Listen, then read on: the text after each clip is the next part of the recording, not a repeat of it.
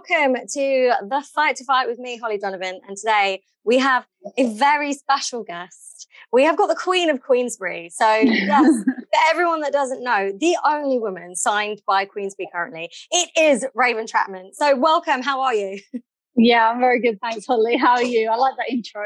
Oh, thanks. Queen of Queensbury. You must have been called that loads of times. Yeah, a lot of times. I know there is a ring announcer who is called the Queen of Queensbury as well, and she's really cool. So it's quite cool. She could do like my ring announcement one day. That's perfect. You got to share the title. There's two queens of Queens. That's it, exactly. Yeah. Oh, you flipped again. there you go. Oh no, I'm back. No, it's all good. It's all good. How was your session at the gym? So you've just done boxing? Yeah, so I did boxing this morning, and I'm actually going to be doing S&C. A few of my times changed, so after this, I'll be having my strength and conditioning. Oh, wow. Okay, cool. Hence why I was early today. That's very impressive. So how many times are you working out in a day? Normally twice a day. The length of sessions vary just depending on what I'm doing. But yeah, we sort of go for twice a day. 5 days a week, and then I have a consecutive 2 days rest at the body repair. But in those two sessions, I'm being pushed pretty hard. Yeah. You're a bit right. Yeah. Normally, like first couple of weeks back in camp, and literally 2 days in, I was feeling it already. But I've nearly made it to the end of the week now. So I get that. We're nearly on Friday. That's it. I'm feeling better as well already. So it was coming back quick. Muscle memory. It's like, oh yeah, exactly. It's not Christmas. Yeah, that's what I do. I don't sit and eat food. That's hard. Well, I want to start off by saying congratulations on your last fight. So that was not very long ago, and my goodness, what a fight! So I rewatched it again this morning, and I was as sad for me as you do. She was no journeyman. This was 19 wins on her. On her name. She's got so much experience, but you absolutely dominated, like just the entire way through. And I think you could have just ended it in the second round. Like, I kind of think the ref. Yeah. So how did you think it went? It's sort of same as you. I felt like there was a point in that second round where I think she didn't throw anything for about 30-40 seconds back, and she was just in a ball. And to be honest, it's actually harder trying to get someone out there with a clean shot when someone's not throwing back at you because they're not opening themselves up.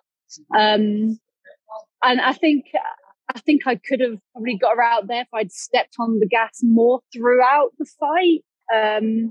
But I kind of, I had a really tired camp, like a back-to-back camp after my win in Manchester, which again was a real tough, grueling camp, and it was a tough fight. And I sort of went straight back into the gym, and I felt like I was getting ill towards the end of that one. And your body knows it can't, and it's like, right, okay, we'll keep fighting it. And then I thought, right, when I have that rest, and I can let my body relax, and I kind of just went straight into it and everything else. So I definitely felt tired in the fight with the heat and stuff, but I actually felt like I'm not going to put pressure on myself to get a stoppage right now when I know I'm a bit tired. And what I'm going to do is I'm just going to showcase the things that we've been working on in the gym. And I feel like that's actually what I got to do. So anywhere else in the world, they probably would have stopped the fight in the second round. But in hindsight, it allowed me to do things that we've been working on within a fight, which was great to do as well. So it would be really great to have another knockout on my record. We know that it probably would have been had it not been where it was, and then wanting to keep the fights going on. But actually I got to practice a lot of things and got to see what was working for me. So it turned out really good. And I felt good in the fight, don't get me wrong, there's like no excuses there, but just knowing that I felt tired in my body, and I'm not going to try and wear myself out in the first 2 rounds to knock someone out who does not want to be knocked out. No. She did not want to be stopped at all. And if that's she was tough. She was tough.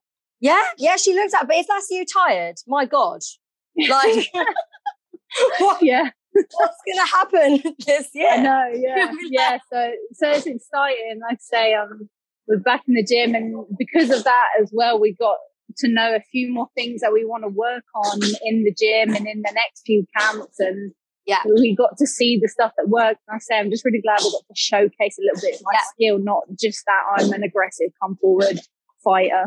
No, the skills, your speed, your intensity, like everything was on point. Just, it was honestly, it was really entertaining to watch. It was almost like a masterclass. I was like, nice. Totally, yeah. When I think about, like, I listen to podcasts all the time, and your name, it's flying about. Everyone is really excited. Yeah. Well, I think the main reason, absolutely. I think the main reason why everyone is saying your name is because I still can't believe that Queensbury have signed a female. I mean, like, the last person was Nicola Adams, and obviously she was fantastic. But this must mean, and I mean, we can see it in your fights, but you're really special. Like, for sure. Yeah. I know Steffi obviously did a really hard sell to get them to sign me in the first place. But I think, especially after my debut with Queensbury, that they were happy with that. Like, and I know Frank and the Warrens, you know, love me and love the team and love what we're about, and I think that's what's important as well. We have such a good rapport with them, and we really gel and we get on, not just them, but everyone at Queensbury when we're there, when we're in fight week, and we're around it all, we're around everyone. It's just really good. Like, I couldn't ask for like a better promoter, really. You know, there's no, I feel wanted by them, if that makes sense. And I feel I've built a good relationship with everyone down there, from the people behind the scenes to the drivers to the Warrens as well, and that's important to me and my team too. So had you met them before you got signed, or how did this, where were the contacts? How did they see? So Steffi, one of Steffi's fighters, Jason Cunningham, he is signed with Queensbury, and you know, really loved how they were with him, how they treated him and stuff. And they were kind of asking about women's boxing to Steffi, and I think it was that, and I'd mentioned it before, a little while before, about going to Frank Warren and being on BT Sport. Like, they don't have any females on there. It's a really good platform to get onto, but it was quite hard to break through that barrier with it. So a little bit of pushing by Steffi, and having someone already in the stable with Jason, it just, you know, like say, he did the hard sell on me, let them know I'd be entertaining and I'd produce some knockouts, and that's kind of what I've been doing. Yeah. So I know I've seen a few bits of Frank saying, you know, he's not a hypocrite, and he has said he hasn't liked women boxing, but he does like me. And if anything, that's the most important thing. Whether he still doesn't like women's boxing, but he likes to see me box, that's fine. Yeah. You got to come around. Yeah, that's it. Exactly.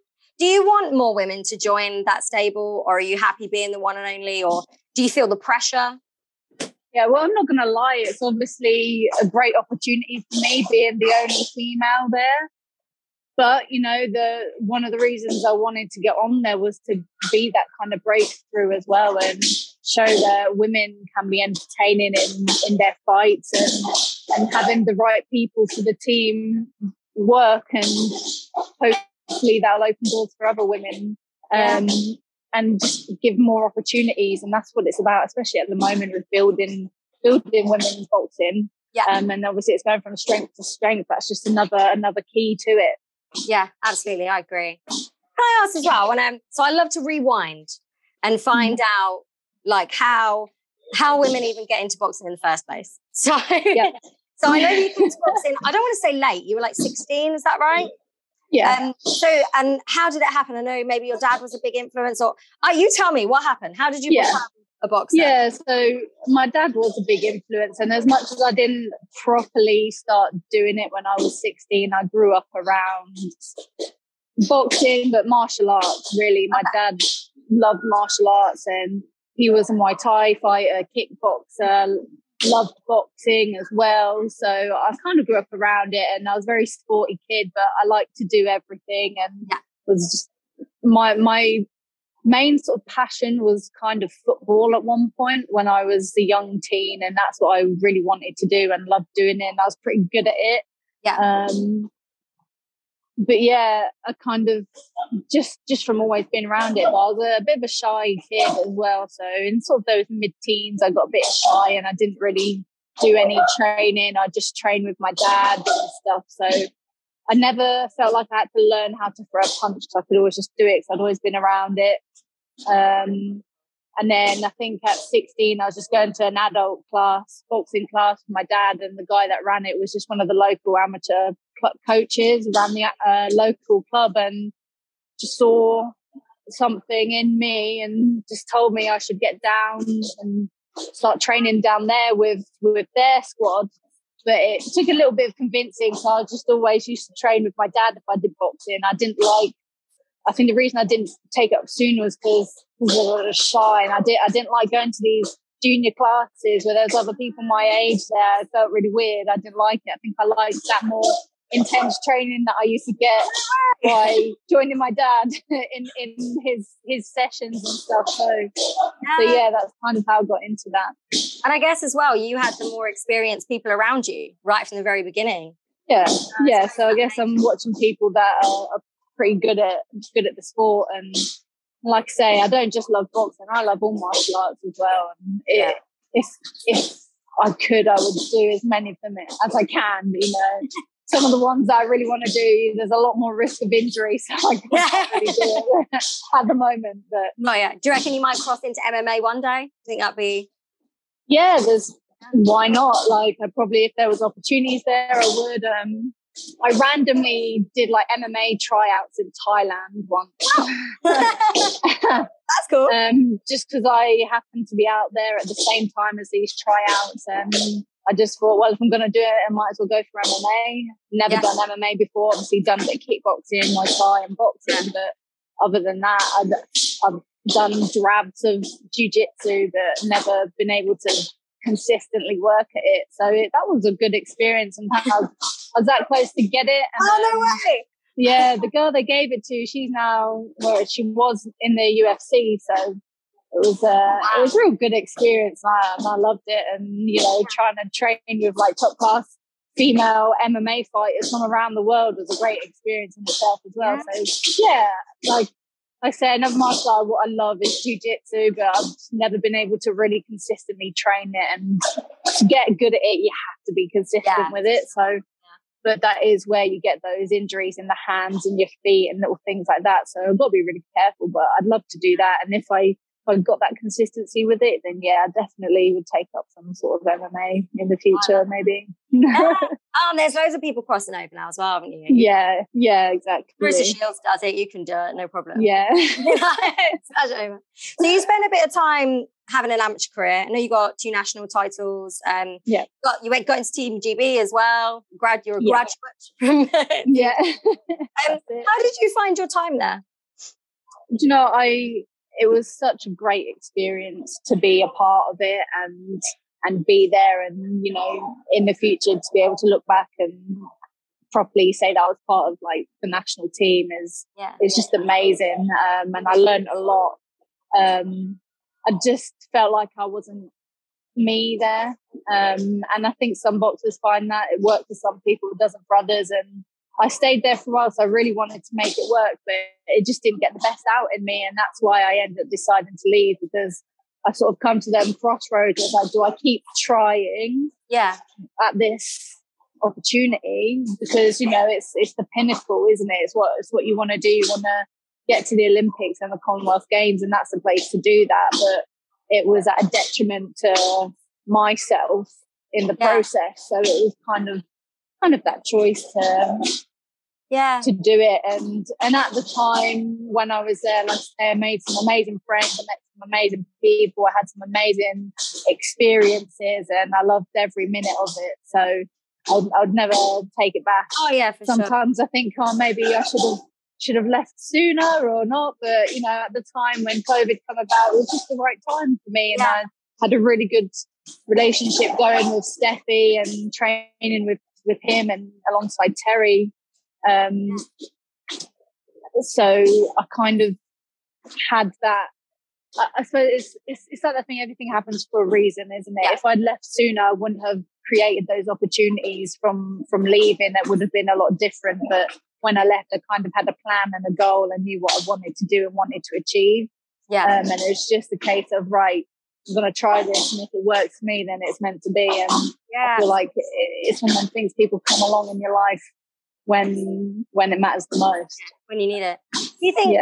Was your dad with you? Because I know that your dad's still, like, you know, he's in your corner, he's there. Do you think it was because he wasn't with you when you were at Team GB, or was he? Yeah, I know he'll say it a lot. Like, I think he blames himself sometimes, which I wish he didn't, because I was a grown woman, like, I made my choices. But my dad obviously coached me and trained me, and, you know, we used to train 2-3 times a day, every day, before I got onto GB, and I'm pretty sure that was a massive part of what built me up and got me onto the squad and where I was in the amateurs. And then without that, I think, without that structure that I had with dad, but you know, he was working as well and couldn't really give me that time anymore either. So it was one of them, but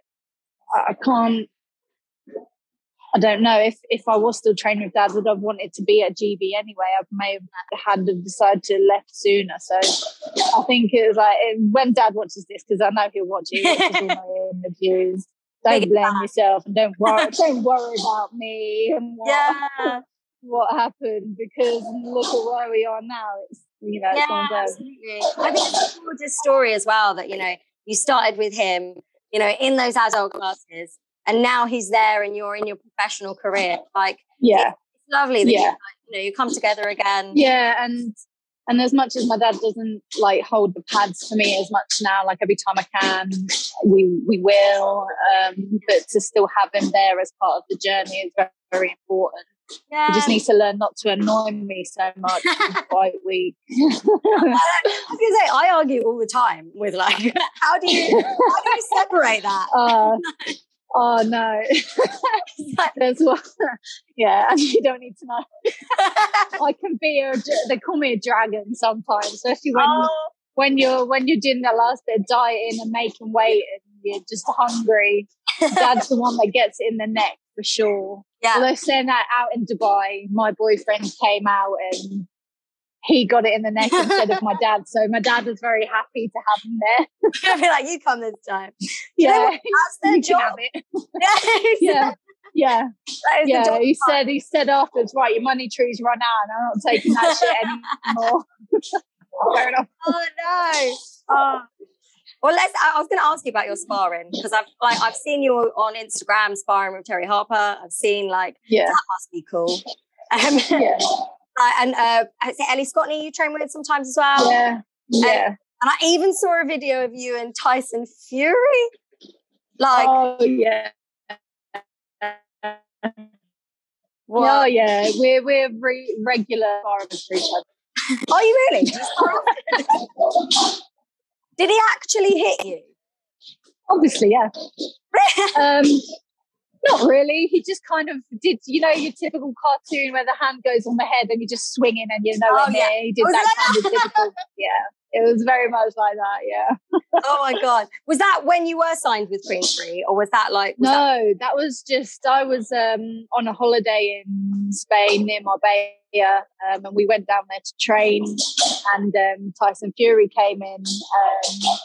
I was sparring a lad at the time when he came in and paced him a bit, and he was just watching the spar like, oh fucking hell, she can fight, can't she? And then afterwards he was just giving it all the mouth, as you can imagine, Fury style.